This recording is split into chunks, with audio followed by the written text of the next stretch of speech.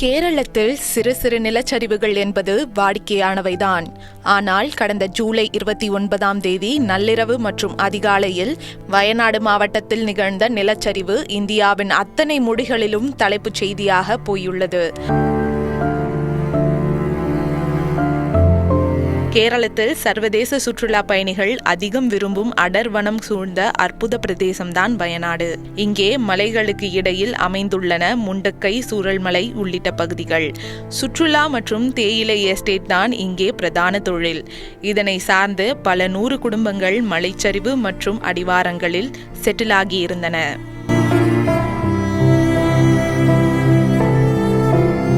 தற்போது தென்மேற்கு பருவமழை கேரளத்தில் வேகமெடுத்திருக்கும் சூழலில் கடந்த ஜூலை 29ஆம் தேதி அடர்த்தியாக மழை பெய்து கொண்டே இருந்தது. இரவில் மலையில் கடும் மழை கொட்டியதால் நிலத்தின் பிடிமானம் தகர்ந்தது. நள்ளிரவு 1 மணியளவில் மரங்கள் மற்றும் பாறைகள் இழுத்து கொண்டு கொடூரமான மண் சரிவு உருவாகி முண்டக்கை பகுதியை புரட்டியது. வீடுகளில் உறங்கிக் கொண்டிருந்தவர்கள், விடுதிகளில் கேளிக்கைகளில் இருந்தவர்கள் எல்லாம் சுதாரிக்கும் முன்பே காட்டு மண், சகதி மற்றும் இடிமானங்களில் சிக்கி புதைந்தனர். பலர் நிலச்சரிவு வேகத்தில் சுவர் மற்றும் பாதைகளில் தூக்கி வீசி மோதப்பட்டு உடல் பாகங்கள் பீந்து இறந்தனர். மனச்சிதைவுகளோடு மனித உடல்களும் சாலியாறு நோக்கி அசுர வேகத்தில் இழுத்து செல்லப்பட்டன. இப்பகுதியை வெளியுலகோடு இணைக்கும் சூரல்மலை பகுதியின் பாலமும் வெள்ளத்தில் அடித்து செல்லப்பட்டது. இதனால் அத்தனை பாதுகாப்புகளையும் இழந்தது முண்டக்கை பகுதி.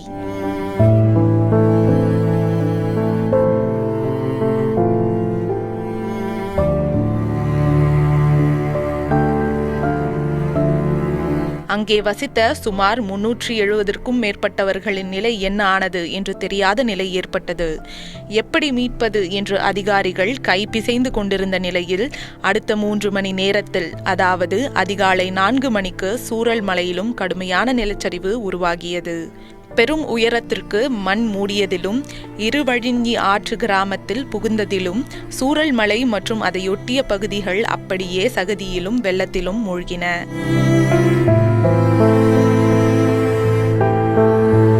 வயநாட்டை மழை வெள்ளம் மற்றும் நிலச்சரிவு வளைத்து தாக்கிய தகவலை கேரள அரசு லைவாக மத்திய அரசுக்கு விவரிக்க சட்டென களமிறங்கியது முப்படை.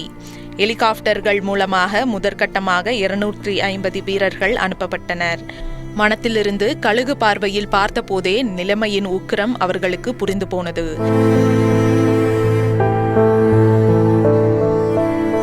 ஹெலிகாப்டர்கள் லேண்டாக பாதுகாப்பான சிறு இடம் கூட கிடைக்காத அளவுக்கு பாதிப்புகள் இருந்தன.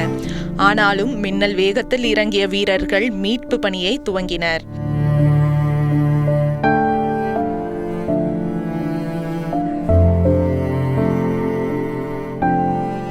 வீடுகள், விடுதிகள், பள்ளிகள், மருத்துவமனை என எதையும் அடையாளமே காண முடியாத அளவுக்கு சகதி குவியல், அதனுள் பிரேதங்கள்.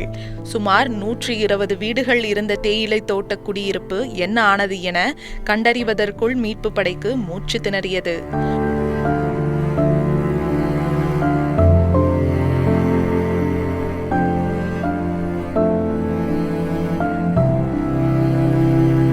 மிக குரூரமான பேரழிவு இது என்று கூறும் ராணுவ வீரர்கள் கைத்தடியை பிடித்தபடியே சாய்வு நாற்காலியில் சிதைந்து கிடந்தது ஒரு முதியவரின் உடல். ஜெபமாலையை இறுக பற்றியபடியே ஒரு இளம்பெண் தலையின்றி கிடந்தார்.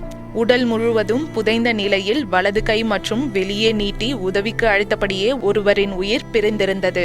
ஒடிந்து குவிந்த மரைக்கிளைக்குள் சிறு குழந்தையின் சடலம் ஒன்று சொருகி கிடந்ததை பார்த்து எங்களால் கண்ணீரை கட்டுப்படுத்த முடியவில்லை.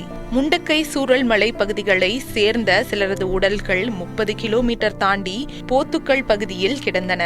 தன் நண்பன், அண்ணி என்று அப்பகுதியை சேர்ந்தவர்கள் அடையாளம் கண்டு கதறியதை சகிக்க முடியவில்லை. ஆனாலும் பலரை உயிரோடு மீட்டுள்ளது ஆறுதல். குறிப்பாக பல பச்சிளங்குழந்தைகளை ரோப் மூலமாக ஹெலிகாப்டரில் தொங்கி மீட்டு வந்து அவர்களின் அம்மாவின் கைகளில் கொடுத்தபோது எங்களின் கால்களில் விழுந்து நன்றி சொன்னார்கள் என்று நெகிழ்கிறார்கள். மீட்பு பணிகளை முழுவீச்சில் முடுக்கிவிட்ட கேரள முதல்வர் பினராயி விஜயன் இதுவரை கேரளம் சந்தித்த நிலச்சரிவுகளில் மிக மோசமான நிலச்சரிவு பாதிப்பு இது. கண்ணீரை துடைத்தபடி ஒரு நொடி கூட வீணாக்காமல் மீட்பு பணிகளில் உள்ளோம் என்று உடைந்து போய் பேசியுள்ளார். நிலச்சரிவில் சிக்கினாலும் உயிர் பிழைத்த சில மீடியாக்கள் நிருபர்களை தொடர்பு கொண்டு ஏட்டா வேகம் வரு ப்ளீஸ் என்று தங்களை மீட்க சொல்லி கதறிய குரல்கள் சேனல்களில் ஒளிபரப்பான போது கேரளமே நடுங்கியது. பாதிப்பு பகுதிகளில் செய்தி சேகரிப்பு பணியில் இருந்த ஃப்ரீலான்சிங் நிருபர் அனிதா மேத்யூஸ் நம்மிடம் இப்படி ஒரு கொடூர சம்பவத்தின் சாட்சியாகி நிற்பதற்கு பதிலாக செத்துடலாம்னு தோணுது. அவ்வளவு சாவுகள், ரணங்கள்.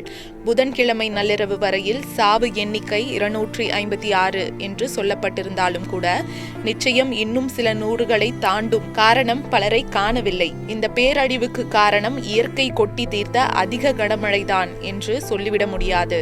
மழை மேகம் பரவலாக விரியாமல் ஒரே இடத்தில் மழை கொட்டியதும் ஒரு காரணம். அதே வேளையில் தேயிலை விவசாயம், சுற்றுலா மேம்பாடு என்று அரசும் தனியாரும் மக்களும் இப்பகுதியின் மீது அதிக அழுத்தத்தை கடந்த சில வருடங்களாக தந்துள்ளார்கள்.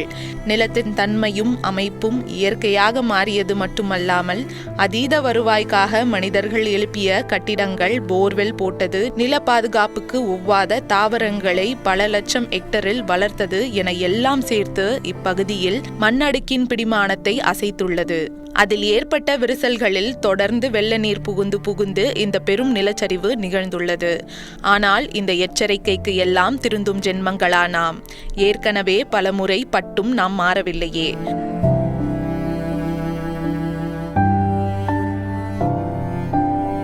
ஒன்றை நன்றாக நினைவில் வைத்துக் கொள்ள வேண்டும். இன்று வயநாடு, நாளை இதற்கு கூப்பிடு தொலைவில் உள்ள தமிழகத்தின் நீலகிரியில் இதேபோல் நிலச்சரிவு, பேரழிவு ஏற்பட மிக அதிகம் வாய்ப்புள்ளது.